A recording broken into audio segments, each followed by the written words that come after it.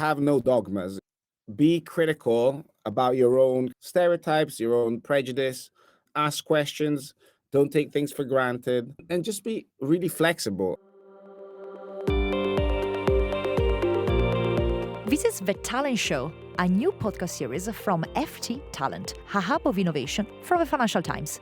It's hosted by under 30s for the under 30s around the world. This second series is about all the aspects the FT organization is covering today, from editorial to development, from data to talent. I am Virginia Stagni, and this is a guide we designed to inspire you to be the one driving innovation and change. Welcome to the show.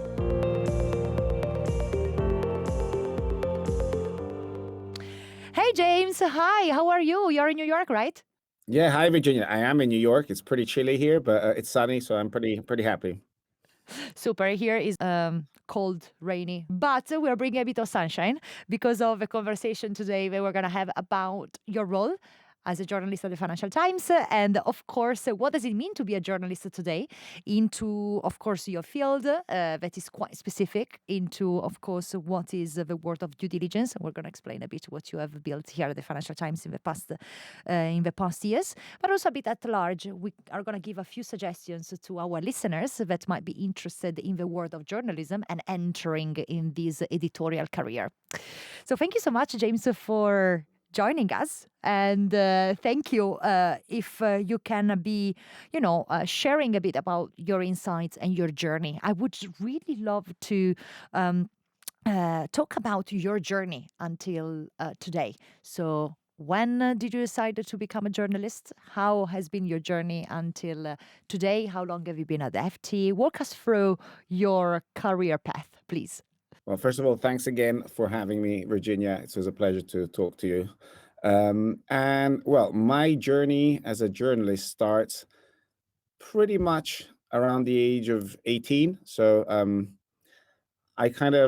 there were two things I wanted to do in my life. One was to be a professional football or soccer player, depending on where you're based in the world. Um, Once that failed, I was doing pretty well, and then it kind of things went downhill when I was around 17, 18. And my other great passion was writing and kind of politics, and kind of I was curious about the world, and I thought being a journalist was the best way to kind of feed that desire of discovering new things. And in many ways, it kind of happened by mistake. I remember I used to travel with a very dear friend when in the summers. I still do so, and we'd go to kind of new countries that we hadn't been to, and we found out that like journalists seem to have access to a lot of things, and so we found that it would be fun to play the game of being a journalist. So I'm not sure I mean, probably there's a statute of limitation, but I was like 17. I was in Thailand, and I got a fake press card, and and I'd go around saying I'm a journalist and like I'd like to ask you some questions, and then I basically turned the story. I was well, what I found out about a trip I was in Burma, and I turned it into a story for an Italian magazine. I'm originally from Italy, as some might hear from my accent, and it was about a group of monks in the northern part of Burma, who were kind of planning a kind of a revolution against the junta. At the time, journalists were not really allowed into Burma, or Myanmar, as it's named now. And so I had an exclusive. And so this Italian magazine called Avvenimenti, which was like kind of a center-left magazine, took my story. And basically from there, I kind of kept on feeding that passion. When I was at university, I wrote for another Italian newspaper called Il Manifesto, which it'd be surprising. That's a communist Italian paper. Okay. It probably Now you're feeds at it. FT. Okay. Well, it feeds into conspiracy theory that every reporter at the FT is secretly a communist A insurgent. communist. Okay. But All yeah, right. but anyway, I found out when I was at university, and this is true, a lot of people who were that are interested in the world are interested in kind of a kind of diverse palette of information. That's how I found out about the FT. As a young leftist, it was maybe the paper of the enemy, but it was the best paper. It was the one that kind of gave you the news straight, It was less about being on one side or the other. And so I really, really enjoyed it. And I thought, one, I can't work for the Italian papers because they don't pay very well. And two, I just want to be a foreign correspondent. And I thought the FT was one of those papers that actually had an incredible network of kind of correspondence. And so what I did is I just kept on harassing people at the FT in a nice way, asking them if I could work there. And eventually I ended up talking to a guy called James Lamont, who is now a director at the FT, was our managing editor until recently, and he invited me to spend 2 weeks in London. I was at the time in London, and it was December 2005, and I pretty much never left. Then the old building, which was OSB, but I never left the FT. I was about 22 years old, and I've been at the FT since. The story that changed my career really was a story about a young guy. Again, this is a classic example of a story that the FT probably wouldn't have found interesting. And it was this guy called Alex Stew. He was a 20-something man or young man who's trying to raise awareness around the fact that like it was really expensive to go to university if you weren't from a wealthy family, despite the fact that at the time university costs were much lower than they are now. And so he set up a website called the $1 Million Homepage, and he was selling a pixel. Each pixel was sold for $1. And the idea that then it kind of, through a marketing campaign that he launched, it was something that went viral, and a lot of brands started buying pixels on his website. And I remember the FT was not interested in the story, thought it was stupid. And to some extent, it was a bit of a gimmick. But the fun thing was, so there was like, he was selling the last, I think, 1,000 pixels on eBay, and he sold them for, I think it was like $200,000. It was way more than $1 per pixel. I wrote a small story, and it went only online because it wasn't deemed to be worthy of the newspaper at the time. So that was the kind of the arbitrage I kind of inserted myself in. And that story was, I think, one of the most read stories of the year. This was, by then it was 2006. And anyway, so I then pitched the story to the magazine saying, could I do a first person with this guy? They thought, yeah, sounds interesting. On the day that I had to meet Alex Tew for this interview, he had to cancel, and he told me, oh, I'm really sorry. I've got trouble with the FBI and stuff. Something big happened. And I asked him, what's going on? Oh, really? I can't really tell you. And I said, come on, tell me. It's all off the record. And then he told me that, like, effectively, and I can say this because this has now been fully disclosed. He told me that his website had been kidnapped by a Russian hacker, and it had been under a kind of DDoS attack, which was something that was happening to a lot of corporations in the UK. And we had the exclusive in the moment that a lot of attention was on his website. And so we splashed the story with this, like, the $1 Million Homepage has been kidnapped by Russian hackers. And we beat everybody. It was my first front page scoop at the FT. And after that, they told me, well, we don't know exactly what you should be doing here, but like you should stick around. But I should mention that at the time I was still a student. And so I was going to university and like doing the night shift at the FT. I think that's so interesting because I have a question for you before I make my point. Do you work with any late millennial Gen Z at the moment in your team? Under 30s, basically, like Yeah, our listeners. yeah, absolutely. You do? Okay. So my question to you is, there is a bit of this generational stereotype at the moment that the younger generation, because of all the opportunities that now, thanks to scholarships and things that let you be into the big brands at universities, let's say, for some that are also unprivileged. So I think there is more accessibility to that elitist Ivy League world. They don't want to pay their dues. They don't want to do the time. And I think from your story, we can definitely tell that you did, right? So to make your own way, you find you did extra shifts, and you needed, to find the stories. That proactiveness was there. Do you actually see this still in younger journalists? So you believe that it's a bit preconcept stereotype around the younger generations, or do you actually see a bit of a difference even on the editorial floor when it comes to younger employees? Yeah, so I'll start by saying I'm a skeptic of having strong stereotypes of any generation, and I'm an even bigger skeptic of creating fake intergenerational kind of fights. Yeah, and because and then as the listeners just here might not know, I teach at a university in New York. It's a public university where a lot of my students come from not very particularly privileged backgrounds, and so and I know a lot of younger colleagues of mine who maybe have gone to very good universities, so are considered elite. They work as hard as I did, if not more. So I mean, I don't think it's true that like people don't want to pay their dues. And I always try to tell people like there's a lot of unglamorous aspects of journalism. So like I came into it because of the grand, like the glory and winning awards and breaking amazing stories. There's a lot of crap that you have to do, and it's like, and that's something that is important to be aware of. Let's share. What is the crap you need to do? Well, it's like endless boring meetings, like in like internal politics, just like writing a story that you think is dumb, but your editor really needs it, understanding that, you probably like, you're helping the bigger system. Um, Having to follow on something that somebody else wrote, so it's not an original story.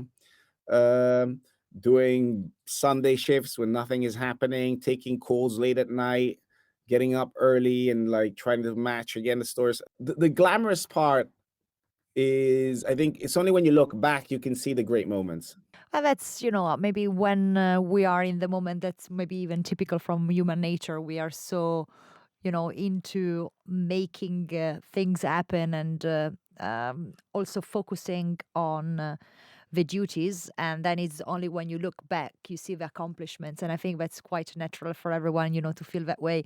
And I find it a bit interesting that working in journalism, if you are an editor or like if you work with words and opinions and so on, they say you are drafting history, so you have a kind of a social role, which I find it very precious for democracy. And I Okay. would love to better understand how does a typical day look like work wise, of course, for you when. There are no times, especially you're based in New York, but you're always traveling here around Europe. If you to actually follow everything, especially, and then we're going to go into that, your field and what you have been covering. How do you manage that? So there was a time when I started this beat, which is now kind of evolved in many phases, and we can get into that. But Arash Masoudi and I, who's the co-creator of Due Diligence with me, we didn't sleep much. That's a fact, and I don't think that's a healthy example for anybody to follow. So that was not great. Um, we've actually now built a much bigger team, which allows us to operate 24/7 effectively, and so that kind of has allowed us to kind of allows me to travel more, and it has freed me up to do other things, to grow our newsletter, which is now much more than a newsletter, to do better journalism and kind of, yeah, share the burden effectively, and that's been fantastic. I have a question for you. How do you turn a financial statement that I think is one of the most boring thing that you can read into an article that is appealing and sexy? First of all, it helps knowing how to read a balance sheet or a financial statement, so that's point number one. Um, and I think a great example was recently a colleague of ours, Robert Smith, who's probably one of the greatest journalists, especially financial journalists for sure in the world. And about a week later, he was reading SoftBank's precisely balance sheet, and he found out that Masayoshi-san, who's like the kind of founder of SoftBank, he's a very interesting, some people would say controversial entrepreneur who's invested in tons of like startups like Uber and so forth, had been effectively borrowing money from SoftBank, a lot of money, to fund side projects. And so that's a way of like, that was, if you want, a scoop of interpretation. Nobody probably either reads balance sheets like Rob does, or even bothers anymore. Partly because everybody's in a rush, and so you're looking just at the headlines.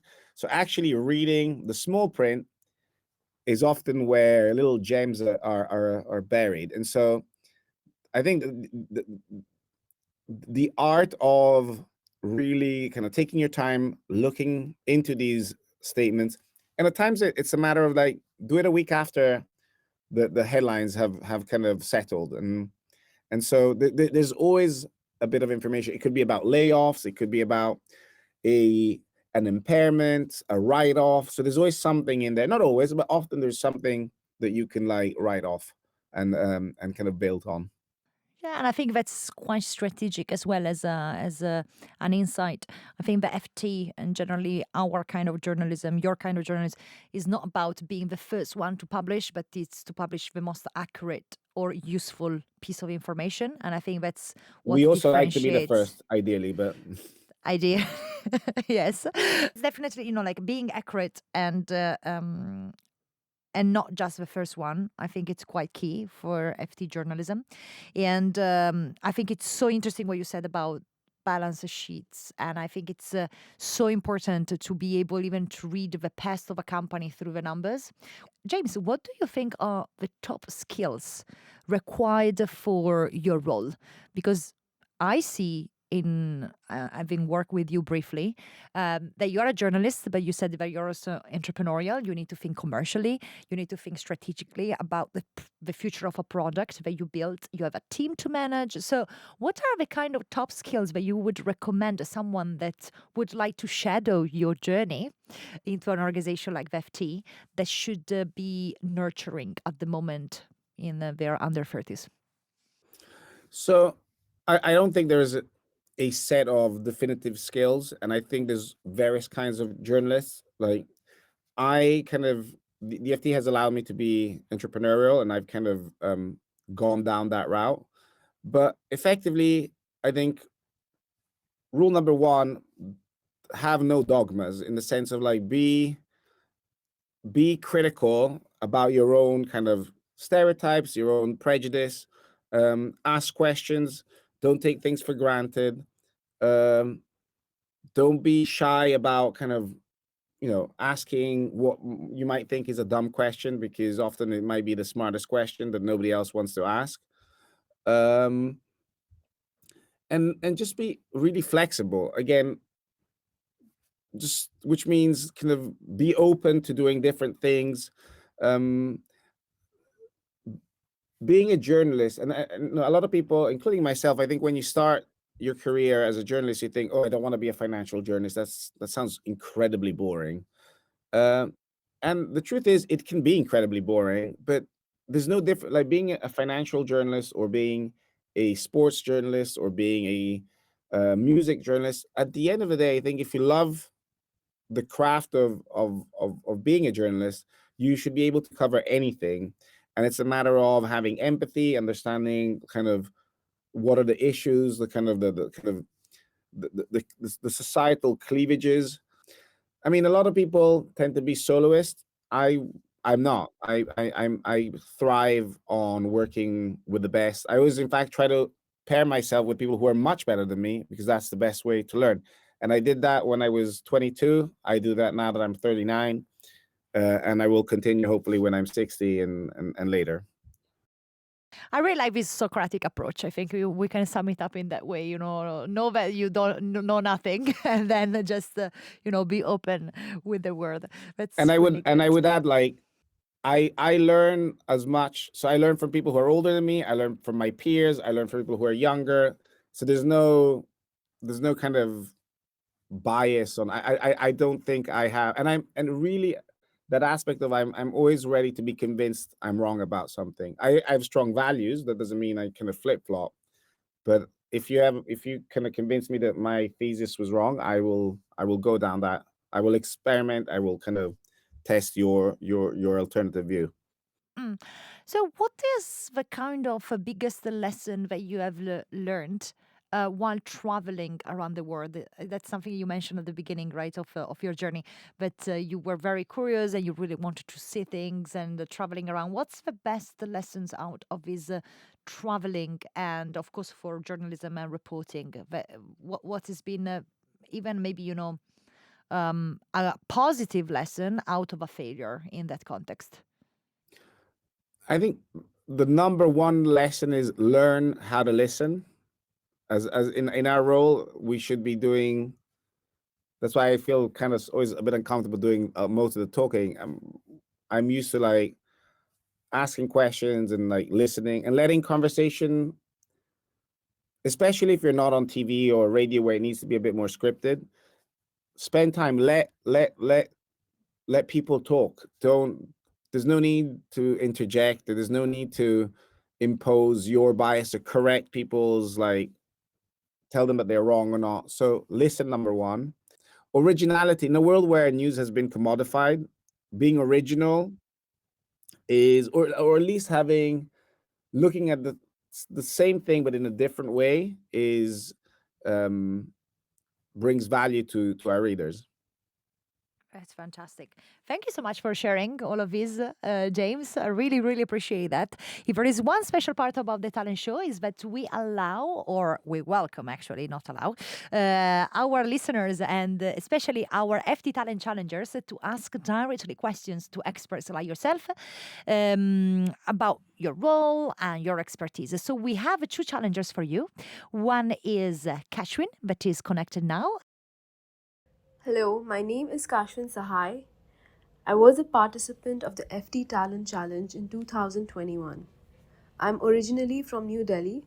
I'm working as a product manager with an IT company called Brain Enterprises based in Hyderabad. My question to James Fontanella Khan is a slightly personal one. It is said, the pen is a very mighty tool, especially in this globalized world where authentic news has taken on so much importance. So, I'd like to know what you enjoy the most about journalism and also what you dislike the most about journalism. What are truly the horrible downsides or hazards of the job? Thank you and looking forward to your response. Well, that's a great question. Um, let's start from the negatives. I do feel at times in the era of the fact that the news never stops, and there's like a sense of like there are no more deadlines. When I started, you worked to produce a newspaper. I mean, we online was there, but there was a sense of like we were still working for a product that was mainly a paper product. Here, you feel often that you're in a tumble dryer, and at times, like a lot of things are published, and that you're constantly chasing what other people are saying. So there's not enough time to focus on one story at a time. So often I'll be juggling 3, 5 things at the same time, and that's stressful. On the flip side, the beauty of juggling 5 or 6 stories at the same time is exhilarating. It's the sense of the one thing I still truly love about this job is I'm constantly, and it's a bit of it might sound banal, but I'm learning a ton of stuff. I get to meet people. I get to be nosy and ask them questions. I get to be in places that I would have not had access to otherwise.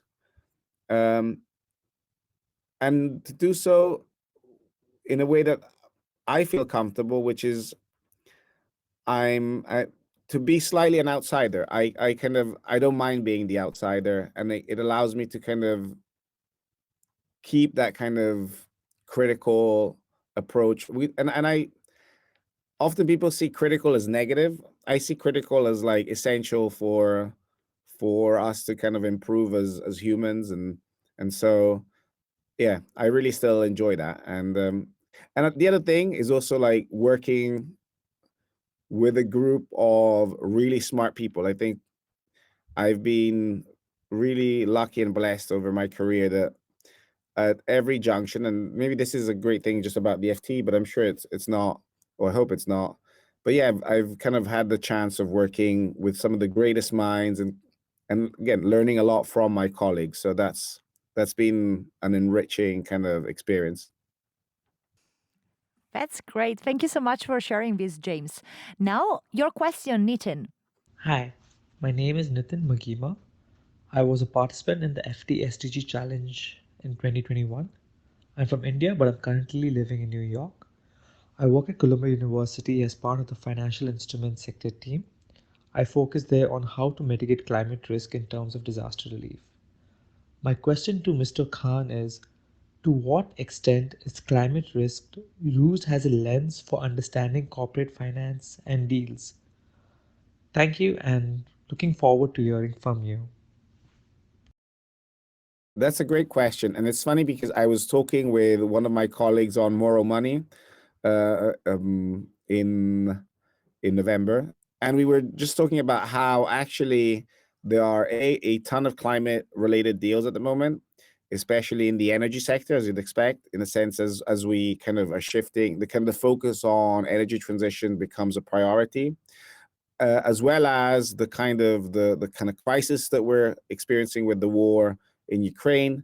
As many of our listeners might be aware, Europe has been incredibly dependent on Russian kind of energy sources, and so the question of like diversifying that and actually so M&A and kind of joint ventures and whatnot have become much more important. So and more broadly, I think it's like shareholders of large kind of publicly held companies want to know that the executives of the company they're invested in are thinking about energy transition, and so it's way less of a kind of back thought. It's really much on the forefront. James, thank you so much for being with us. Thanks for sharing, of course, your journey and your perspectives and being so transparent with us during the show and with our listeners. I really hope you enjoyed. I definitely did. And thanks to our listener for tuning in for another episode of The Talent Show. Thank you. Thank you, James. Thank you. Bye-bye. This has been The Talent Show, which is produced by the FT Talent team, Aya Al-Shihabi, Noor Hafez, and me, Virginia Stagni. Our podcast producer, editor, and sound engineer is Arturo Ochoa, and our social media producer is Letizia Clementi. Our music is by Dennis Kishuk. Check out all of the Talent Show episodes at fttalent.ft.com, subscribe wherever you get your podcasts, and follow FT Talent on socials for updates. Until next time, and keep listening.